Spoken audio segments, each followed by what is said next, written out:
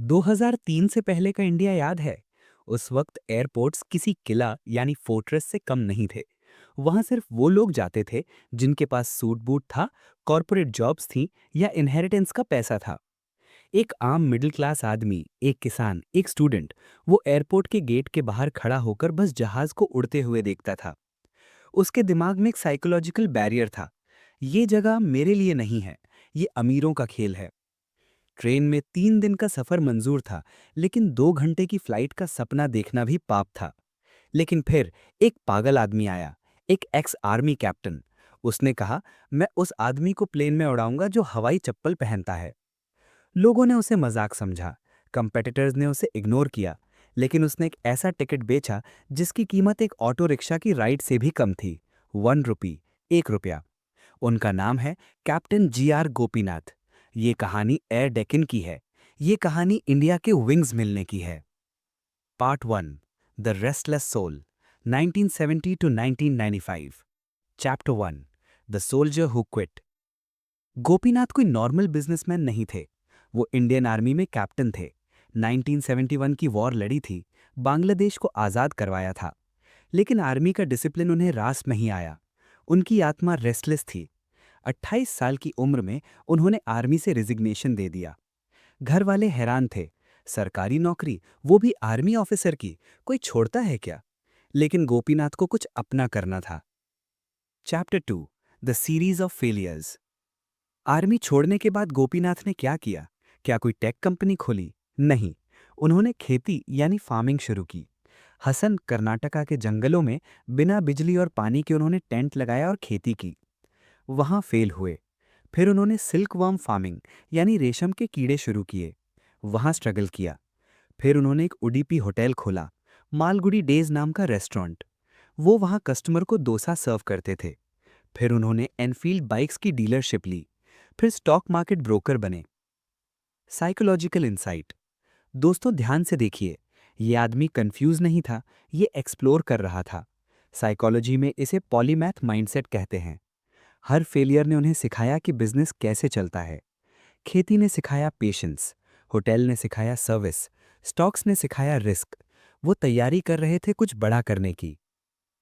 Part 2, the epiphany, 1997 to 2003। Chapter 3, the helicopter logic.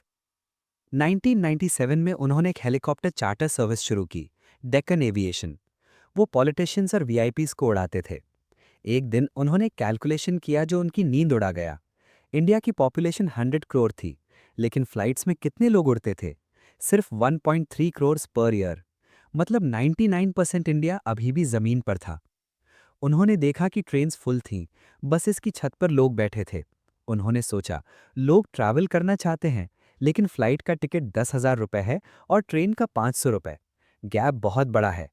तब उन्हें US की साउथ वेस्ट एयरलाइंस के बारे में पता चला, एक ऐसी एयरलाइन जो सिर्फ इकोनॉमी थी। गोपीनाथ ने डिसाइड किया, मैं इंडिया की पहली लो कॉस्ट एयरलाइन बनाऊंगा। Part 3, the disruption, 2003। Chapter 4, the cartel. जब गोपीनाथ ने अनाउंस किया कि वो एयरलाइन शुरू करेंगे, तो बड़े खिलाड़ी हंस पड़े। उस वक्त इंडिया में जेट एयरवेज और सहारा का राज था। ये एक कार्टेल था। टिकट्स महंगे थे और सर्विस 5 स्टार थी। गोपीनाथ सरकार के पास गए लाइसेंस लेने। ब्यूरोक्रेट्स ने कहा, कैप्टन, एयरलाइन चलाना मजाक नहीं है, इसमें हजारों करोड़ लगते हैं। आपके पास क्या है?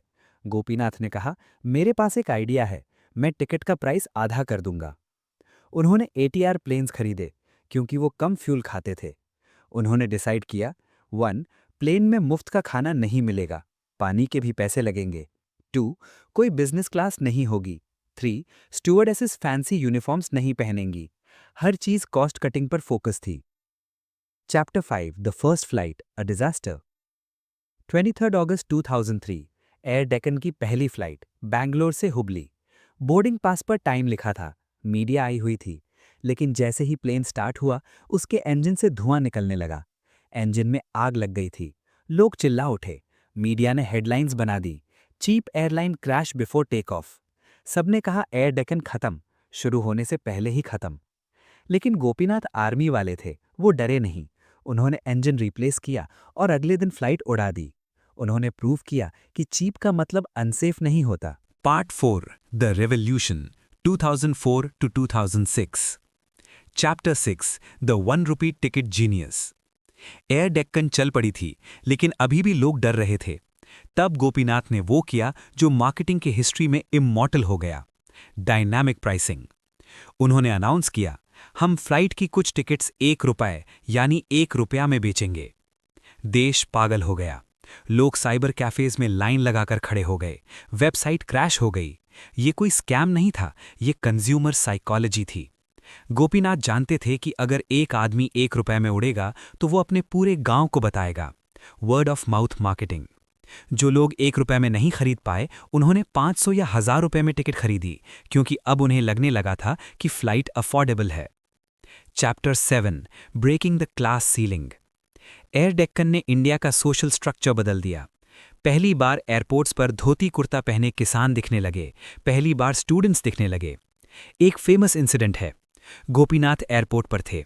उन्होंने देखा एक आदमी अपने चप्पल हाथ में लेकर प्लेन की सीढ़ियां चढ़ रहा था। उसे लगा प्लेन कोई मंदिर जैसा पवित्र है। गोपीनाथ की आंखों में आंसू आ गए। उनका सपना पूरा हो गया था। The common man was flying.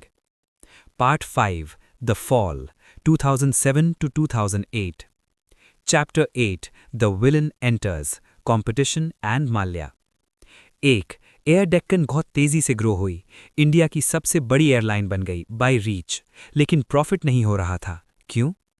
Number 2 oil prices, तेल के दाम अचानक बढ़ गए। नंबर 3 कंपटीशन, जेट एयरवेज और बाकी एयरलाइंस ने भी अपने प्राइस कम कर दिए ताकि डेक्कन को मार सकें। नंबर 4 गवर्नमेंट पॉलिसी, सरकार ने नए रूल्स बनाए जो बड़े प्लेयर्स को फेवर करते थे। एयर डेक्कन कैश बर्न कर रही थी। गोपीनाथ को पैसे चाहिए थे। यहाँ एंट्री होती है विजय माल्या की, Kingfisher Airlines. Vijay Mallya king of good times, gold, diamonds, luxury.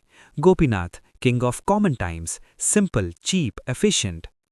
Mallya ने गोपीनाथ को ऑफर दिया, मैं एयर डेक्कन खरीद लूंगा। गोपीनाथ बेचना नहीं चाहते थे, लेकिन कंपनी बचाने के लिए उन्हें मर्जर साइन करना पड़ा। Chapter 9 the murder of a brand. Mallya ने एयर डेक्कन को खरीदा और उसका नाम बदलकर किंगफिशर रेड कर दिया। माल्या को लो कॉस्ट पसंद नहीं था, उन्हें लग्जरी पसंद थी। उन्होंने प्राइसेस बढ़ा दिए। जो मैजिक गोपीनाथ ने बनाया था वो माल्या के ईगो के नीचे दब गया। कुछ साल बाद किंगफिशर भी डूब गई। एयर डेक्कन का सपना खत्म हो गया। Conclusion the unsung hero. Chapter 10 the Phoenix legacy. आज एयर डेक्कन बंद हो चुकी है। कैप्टन गोपीनाथ ने अपनी कंपनी खो दी।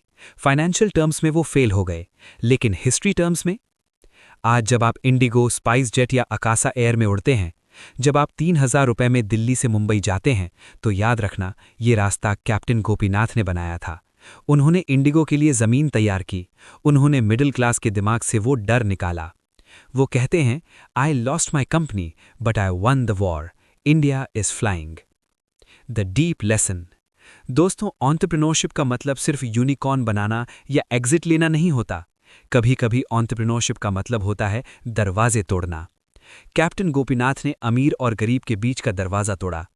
उन्होंने हमें सिखाया कि सपने देखने के लिए जेब में पैसे होना जरूरी नहीं, बस जिद होनी चाहिए। अगर आपके पास कोई ऐसा आइडिया है जो लोगों को इम्पॉसिबल लगता है, तो याद कीजिए उस 1 रुपए के टिकट को end take off. Keep building. जय हिंद।